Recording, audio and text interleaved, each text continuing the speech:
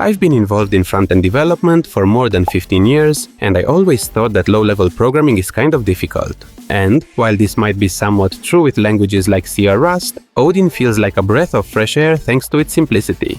A few weeks back I took a first look at the language, and since I had so much fun spending time actually coding, we'll go old school again, and we'll spend this Monday morning review doing a proper Odin technical deep dive, while also discussing some interesting engineering concepts. Just to give you a sneak peek, in the next few minutes we'll pair Odin with Raylib and create a very simple application that shows random particles when clicking on the screen. This allows us to review some of the most important language features while also touching on some basic game dev concepts. We'll start by creating a main.odin file and begin with the smallest valid Odin program. Every Odin file belongs to a package, and programs start execution inside the main procedure of the main package. Odin packages are directory-based, so the compiler normally takes every Odin file inside the directory and compiles them together. From this directory, we can run the project using Odin run. If you are new to the language, the first unfamiliar detail is the double colon. In Odin, the double colon creates a compile time declaration. This means the compiler knows exactly what the name represents before the program starts running. For example, max particles is a constant whose value is resolved during compilation. It does not create a normal mutable variable in memory. By comparison, this is the short variable declaration operator, more formally known as the variable declaration and initialization operator, which creates variables with an inferred type at runtime. Of course, you can also declare the type in an explicit manner. Back to our empty program, Odin comes with bindings for several popular C libraries, so we'll import Raylib with an alias. Raylib itself is written in C, but thanks to Odin's C interoperability, using the library feels like working with a normal Odin package. So now we can create a window, and immediately after that we use defer to close the window. A deferred statement runs when the current scope ends, and in this specific case, it will execute when the main procedure returns. The initialization and cleanup code stay next to each other, which makes resource management much easier to follow. We'll then tell Raylib to target 60 frames per second and start our main application loop. Odin only has the 4 keyword for loops, and it will behave like a while loop if it receives a condition. So this loop continues running until Raylib tells us that the user closed the window or pressed the escape key. Every frame starts with begin drawing and ends with end drawing, and between these two calls we clear the previous frame using a purple background. So running the program right now will give us a purple window. Who says that writing code is boring? The next step is defining what a particle actually is. For our purposes, every particle needs a position, velocity, color, size, and lifetime. One thing you will notice is that the struct only contains data. Odin supports procedures that operate on structures, but it does not encourage you to organize the whole program around object hierarchies. So inside main, we can now create a collection for our particles. This syntax represents a dynamic array, which can grow in size while the program is running.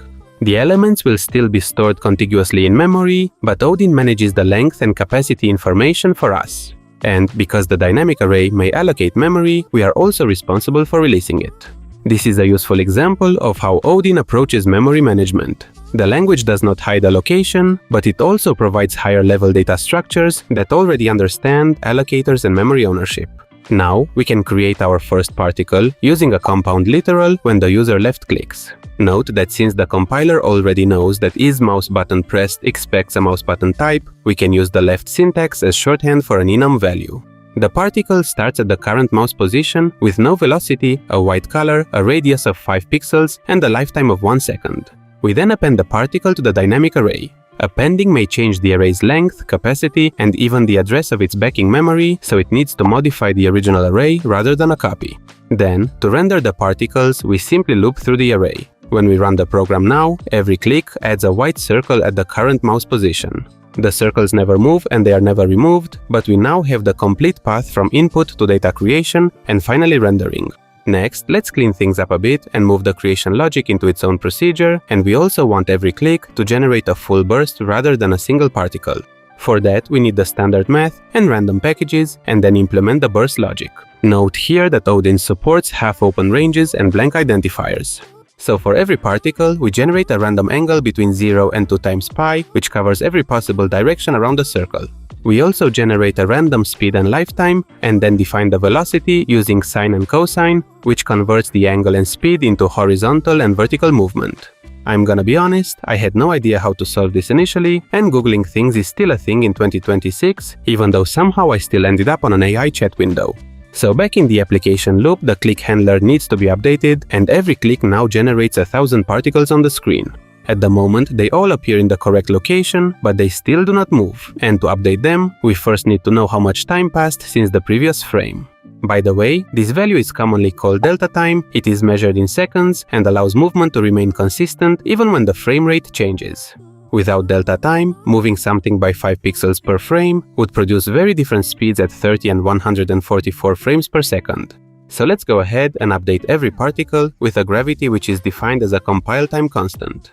Note that Odin automatically dereferences pointers when accessing fields, so we can access the fields directly instead of manually writing the pointer before every field. So we first reduce the particle's remaining lifetime, we increase its vertical velocity using gravity, and we update its position using the velocity multiplied by delta time. Quick side note, this is a basic form of Euler integration, which is one of the simplest ways to simulate movement. In short, the particle has a velocity, gravity modifies that velocity, and the velocity modifies the position.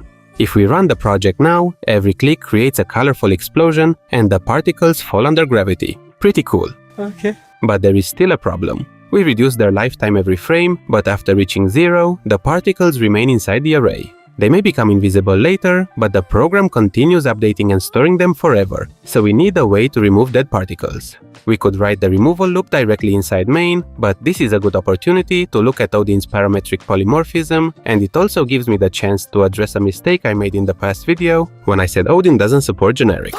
Well, it actually does, and today I learned that parametric polymorphism is the technical term for the kind of feature most languages call generics. So we can define a reusable retain procedure which introduces a polymorphic type. The compiler knows to infer the concrete type from the argument we provide, so when we call retain with a dynamic array of particles, t becomes particle. The same procedure could also work with a dynamic array of integers, vectors, or another custom structure. The second parameter is itself a procedure, which shows us that in Odin procedures are values themselves. This means they can be passed as arguments, just like integers, pointers, or structures. Inside the loop, we check every element. When the predicate returns true, we increment the index, and when it returns false, we remove the current element by replacing it with the final element in the array. Because we don't need to preserve the order, we can avoid shifting every following element and complete the removal in constant time. There is one important detail here. After removing an element, we do not increment the index because the final element has just been moved into the current position, so it still needs to be checked. Back to our main procedure, we can now remove dead particles easily by passing in the particle's address and an anonymous procedure. Quick FYI, Odin does not support closures in the traditional sense, so this procedure cannot silently capture arbitrary state from the surrounding scope. There you have it, a small program written in Odin in under 10 minutes. I'm curious if people still like these types of technical videos where we spend most of our time looking at code, so please let me know your thoughts in the comments. Before wrapping things up, here is your awesome trivia for the day. What's wild about Raylib is that it was never actually meant to become this go-to C library for low-level devs. Back in 2013, its creator was hired to teach game dev in Barcelona to high school graduates who came strictly from art backgrounds with zero coding experience, and he had a grand total of 50 hours to get them building actual games.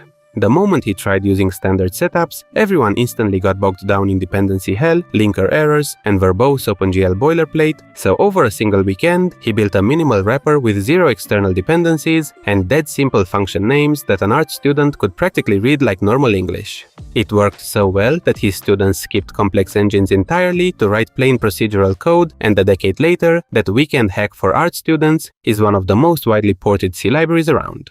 Don't forget to like and subscribe because it helps a lot, and until next time, thank you for watching.